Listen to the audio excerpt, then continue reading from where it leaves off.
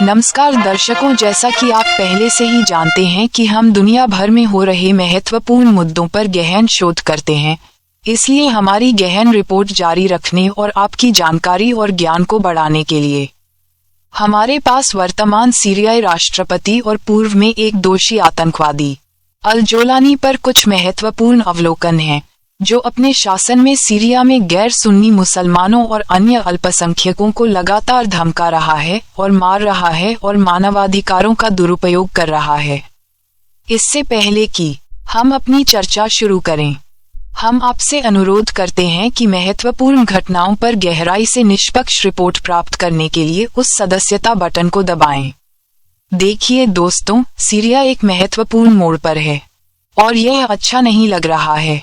दिसंबर 2024 में बशर अल असद का पतन आशा लेकर आने वाला था, लेकिन दोस्तों, अहमद अल शरा विश्वसनीय मीडिया रिपोर्ट्स और मानवाधिकार समूह चेतावनी दे रहे हैं। अल जोलानी की धर्म आधारित ताकतें गैर सुन्नी मुसलमानों, खासकर अलावी, ड्रूज और कुर्दों को क्रूर हिंसा और मानवाधिकारों के हनन का निशाना बना रही हैं। अगर ऐसा ही चलता रहा तो अल जोलानी के खिलाफ तख्तापलट हो सकता है, जिसका समर्थन संभवतः अमेरिका और इजराइल कर रहे होंगे, जिन्होंने उसे सहारा दिया होगा। लेकिन अगर जनता का रुख बदल गया तो वे उसे तुरंत गिरा भी सकते हैं। आइए दोस्तों, सबूतों पर गौर करें और सीरिया के भविष्य को खतरे में डालने वाले सांप्रदायिक रक्तपात और भू राजनीतिक चालों का पर्दाफाश करें। जब से अल जोलानी की मानवाधिकार निगरानी समिति ने दमिश्क पर कब्जा किया है, सांप्रदायिक हिंसा की खबरें आसमान छू रही हैं। Syrian observatory for human rights ने मार्च 2025 में एक भीषण नरसंहार का दस्तावेजीकरण किया था दोस्तों, जिसमें सीरिया के भूमध्यसागरीय तट पर 1600 से ज्यादा लोग, जिनमें ज्यादातर अलावी थे, मारे गए थे। एचटीएस से जुड़े लड़ाके और विदेशी जिहादी घर घर जाकर निवासियों से उनके संप्रदाय के बारे में पूछताछ कर रहे थे और अलावी लोगों को मौके पर ही मौत के घाट उतार रहे थे। सोशल मीडिया पर वीडियो में जले हुए घर और खून से लथपथ लाशें दिखाई दे रही थीं और हजारों अलावी लोग लेबनान भाग रहे थे। दोस्तों, ये दिल दहला देने वाला है। ड्रूज समुदाय भी सुरक्षित नहीं है। अप्रैल 2025 में इस्लामी लड़ाकों ने दमिश्क के दक्षिण में ड्रूज इलाकों पर हमला किया, जिसमें कम से कम 101 लोग मारे गए, जिनमें 30 सरकारी वफादार, 21 ड्रूज लड़ाके और 10 नागरिक शामिल थे। एक ड्रूज नेता ने इसे नरसंहार अभियान बताया, जो एक फर्जी ऑडियो क्लिप से शुरू हुआ था, जिसमें इस्लाम के पैगंबर मोहम्मद की आलोचना करने वाले एक ड्रूज विद्वान से झूठा संबंध बताया गया था। सीरियाई सरकार ने सुरक्षा बल भेजे और एक समझौता करवाया, लेकिन दोस्तों, ड्रूज अल जोलानी के समावेशिता के वादों पर भरोसा नहीं करते। कुर्द भी निशाने पर हैं दोस्तों। रिपोर्ट्स और सोशल मीडिया पोस्ट्स में एचटीएस द्वारा कुर्दों का अपहरण और हत्या, उनके घरों को लूटना और उनके इलाकों को जलाने की घटनाओं को उजागर किया गया है। कुर्द नेतृत्व वाली सीरियन डेमोक्रेटिक फोर्सेस को एचटीएस और तुर्की समर्थित मिलिशिया दोनों के हमलों का सामना करना पड़ रहा है, जिन पर कुर्दों और अन्य अल्पसंख्यकों पर अत्याचार करने का आरोप है। दोस्तों, ये हरकतें गैर सुन्नी समूहों को हाशिए पर धकेलने के एक स्पष्ट अभियान को दर्शाती हैं, जबकि अल जोलानी सीरिया की विविधता की रक्षा करने का दावा करता है। मानवाधिकारों का हनन चौंकाने वाला है। दोस्तों, Syrian network for human rights और मिडिल ईस्ट इंस्टीट्यूट ने दिसंबर 2024 से अलावी विरोधी नफरत फैलाने वाले और अलावी धर्मस्थलों को नष्ट करने वाले पोस्टरों की रिपोर्ट दी है। अलेप्पो में एक वीडियो में एचटीएस लड़ाकों को एक धर्मस्थल पर हमला करते, 5 कर्मचारियों की हत्या करते और उसे आग लगाते हुए दिखाया गया है।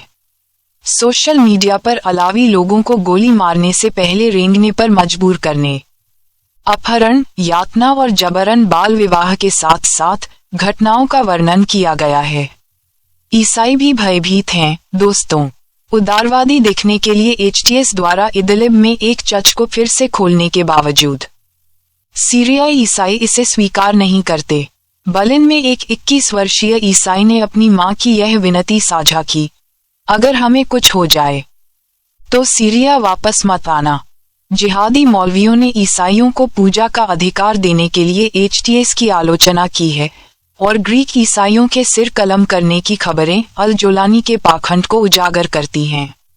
दोस्तों, ये दुर्व्यवहार अंतर्राष्ट्रीय मानवाधिकार कानूनों का उल्लंघन करते हैं, जिनमें जातीय सफाया और न्यायेतर हत्याओं से सुरक्षा भी शामिल है।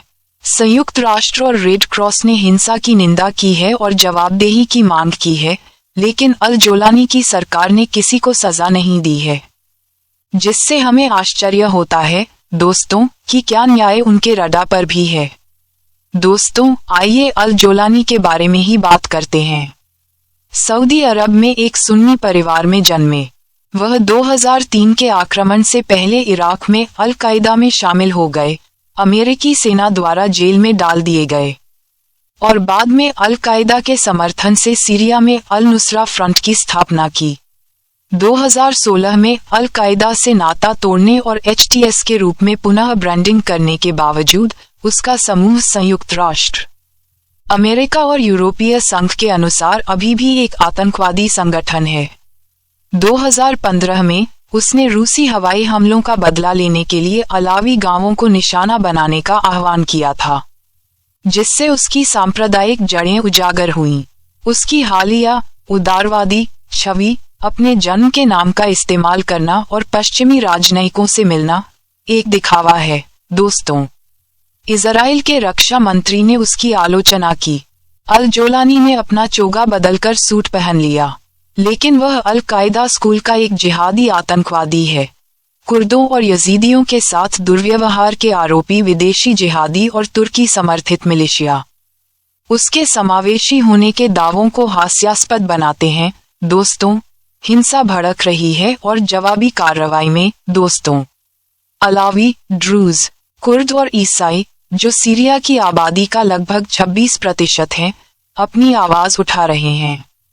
टार्टस, लताकिया और जबलेह में विरोध प्रदर्शनों में अलावी शांति की मांग कर रहे थे, जबकि दमिश्क में ईसाइयों ने अपने प्रतीकों पर हमलों की निंदा की। कुर्द समूह बढ़ते सांप्रदायिकता की चेतावनी दे रहे हैं और प्रस्तावित संविधान को खारिज कर रहे हैं जो उन्हें बाहर रखता है। यह अशांति तख्तापलट का कारण बन सकती है। दोस्तों, कुर्द नेताओं और सीरियन डेमोक्रेटिक काउंसिल ने नरसंहार की निंदा की है और जोर देकर कहा है कि पीड़ित नागरिक थे, असद के वफादार नहीं। सोशल मीडिया पर आक्रोश का माहौल है। अल जोलानी पर व्यवस्थित जातीय सफाया का आरोप लगाया जा रहा है और चेतावनी दी जा रही है कि चुप्पी दुनिया को फंसा रही है।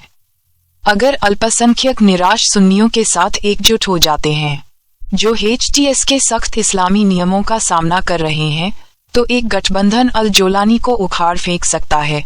दोस्तों, यहीं से मामला भू राजनीतिक हो जाता है। अमेरिका और इजराइल ने अल जोलानी के उदय का समर्थन किया हो सकता है। अमेरिका ने सीरिया को ट्रंप के यात्रा प्रतिबंध से मुक्त कर दिया, जिससे समर्थन का संकेत मिलता है, जबकि इजराइल रूस का समर्थन करता है और अल जोलानी के विफल होने पर हवाई हमले की धमकी देता है और साथ ही माउंट हर्मोन में सीरियाई क्षेत्र पर कब्जा करता है। वे संभवतः उसे असद के पुराने सहयोगियों ईरान और हिजबुल्लाह के प्रतिपक्ष के रूप में देखते हैं। लेकिन दोस्तों, अगर अल जोलानी के दुर्व्यवहार उसकी छवि को नुकसान पहुंचाते हैं और अशांति बढ़ती है, तो अमेरिका उसे वैसे ही छोड़ सकता है जैसे उसने सद्दाम हुसैन या गद्दाफी को छोड़ा था। इजराइल की सुरक्षा चिंताएं, खासकर दक्षिणी सीरिया को लेकर, अल जोलानी के शासन के डगमगाने पर कार्रवाई को भी प्रेरित कर सकती हैं। सोशल मीडिया का अनुमान है कि अल जोलानी के अत्याचारों के बढ़ने के साथ पश्चिम का अल जोलानी के प्रति लगाव कम हो सकता है। दोस्तों, तो आगे क्या होगा? दोस्तों, सीरिया के अल्पसंख्यक अलाव, ड्रूज, कुर्द और ईसाई HTS के शासन में एक दुस्वप्न जी रहे हैं। सीरियन ऑब्जर्वेटरी, अल जजीरा और वाशिंगटन इंस्टीट्यूट की रिपोर्टें सांप्रदायिक हत्याओं, यातनाओं और जातीय सफाई की पुष्टि करती हैं। दोस्तों, दुनिया को अल जोलानी को जिम्मेदार ठहराना चाहिए। युद्ध अपराधों की जांच और सीरिया के विविध समुदायों की सुरक्षा सुनिश्चित करनी चाहिए। अगर उसका क्रूर अभियान जारी रहा तो तख्तापलट हो सकता है। संभवतः अमेरिका और इजराइल द्वारा समर्थित होकर एक नया नेता स्थापित किया जाएगा। दोस्तों, सीरिया सांप्रदायिक अत्याचार से मुक्त भविष्य का हकदार है। इस वीडियो को शेयर करें, अपने विचार नीचे लिखें और इस संकट पर अपडेट के लिए सब्सक्राइब करें।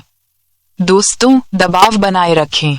हमारे विचारशील दर्शकों, हम महत्वपूर्ण मुद्दों और विषयों को आपके सामने संक्षिप्त और समय बचाने वाले तरीके से लाने के लिए कड़ी मेहनत करते हैं, इसलिए कृपया लाइक, शेयर और सब्सक्राइब करें और हमारी टीम का हौसला बढ़ाएं और इस महत्वपूर्ण विषय पर अपने विचार भी साझा करें। कृपया हमारी वेबसाइट vopglobal.org पर जाएं और अपनी आवाज उठाएं। साथ ही हमारी वेबसाइट पर उपलब्ध अपना वॉलंटियर प्रेस कार्ड डाउनलोड करके हमारे साथ जुड़ें और अपने विचार और समाचार साझा करें। Team digital media, voice of the people international.